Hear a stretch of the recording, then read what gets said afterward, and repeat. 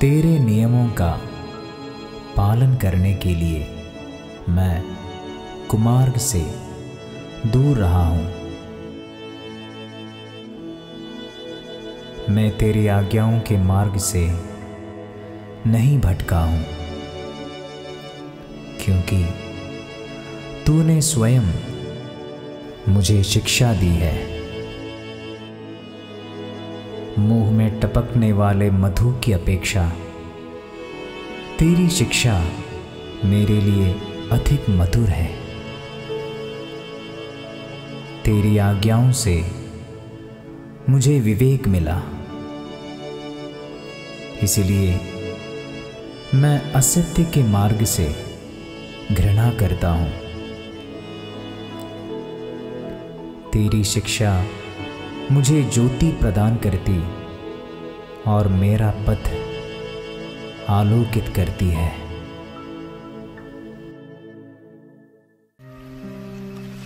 आज का पवित्र वचन 5 फरवरी 2019, इब्रानियों की नाम अध्याय 12 पद संख्या 1 से 4 तक। जब विश्वास के साक्षी इतनी बड़ी संख्या में हमारे चारों ओर विद्यमान है, तो हम हर प्रकार की बाधा दूर कर अपने को उलझाने वाले पाप को छोड़कर और ईसा पर अपनी दृष्टि लगाकर धैर्य के साथ उस दौड़ में आगे बढ़ते जाएं, जिससे हमारा नाम लिखा गया है। ईसा हमारे विश्वास के प्रवर्तक हैं और उसे पूर्णता तक पहुंचाते हैं। उन्होंने भविष्य में प्राप्त होने वाले आनंद के लिए क्रूस का कष्ट स्वीकार किया और उसके कलंक की कोई परवाह नहीं की। अब वे ईश्वर के सिंहासन के दाहिने विराजमान हैं। कहीं ऐसा न हो कि आप लोग निरुत्साह होकर हिम्मत हार जाएं। इसलिए आप उनका स्मरण करते रहें, जिन्होंने पापियों का इतना अत्याचार सहा। अब तक आपको पाप से संघर्ष करने में अपना रक्त नहीं बहाना पड़ा। प्रभु की वाणी। ईश्वर को धन्यवाद। संत मरकुस का सुसमाचार अध्याय 5 पद संख्या 21 से 43 तक। जब ईसा नाव से उस पार पहुंचे तो समुद्र के तट पर उनके पास एक विशाल जनसमूह एकत्र हो गया। उस समय सभागृह का जेरुस नामक एक अधिकारी आया। ईसा को देखकर वे उनके चरणों पर गिर पड़ा और ये कहते हुए अनुनय विनय करता रहा, मेरी बेटी मरने पर है, आइए और उस पर हाथ रखिए, जिससे वे अच्छी हो जाए और जीवित रह सके। ईसा उसके साथ चले। एक बड़ी भीड़ उनके पीछे हो गई और लोग चारों ओर से उन पर गिरे पड़ते थे। एक स्त्री 12 बरस से रक्तस्राव से पीड़ित थी।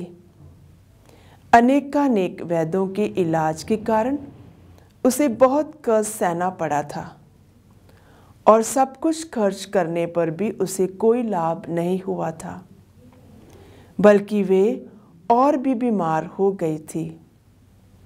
उसने ईसा के विषय में सुना था और भीड़ में पीछे से आकर उनका कपड़ा छू लिया, क्योंकि वे मन ही मन कहती थी, यदि मैं उनका कपड़ा भर छूने पाऊं तो अच्छी हो जाऊंगी।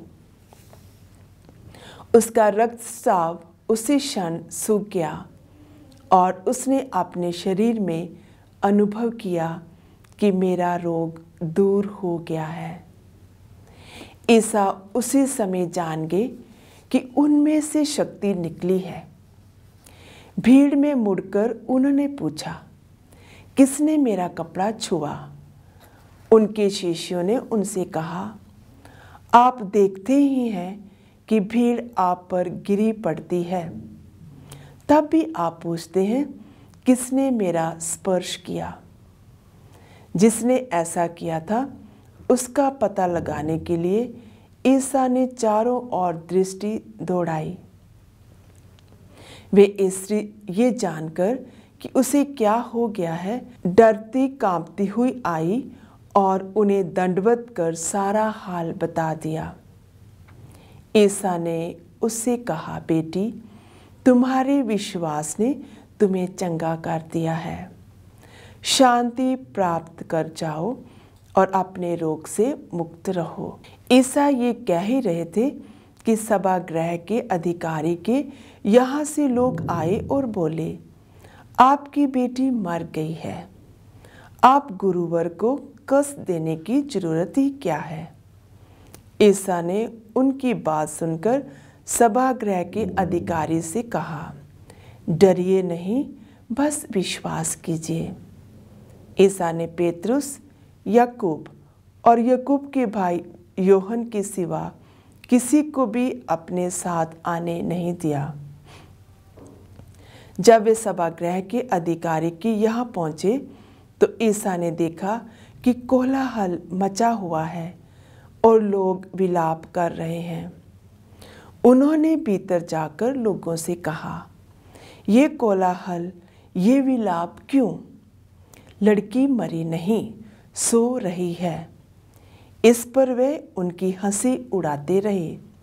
ईसा ने सबको बाहर कर दिया और वे लड़की के माता पिता और अपने साथियों के साथ उस जगह आए जहां लड़की पड़ी हुई थी।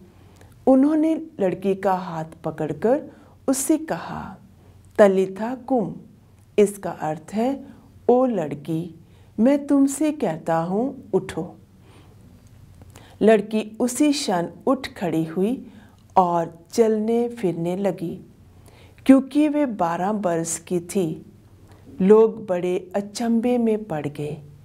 ईसा ने उन्हें बहुत समझाकर आदेश दिया कि ये बात कोई न जान पाए और कहा कि लड़की को कुछ खाने को दो।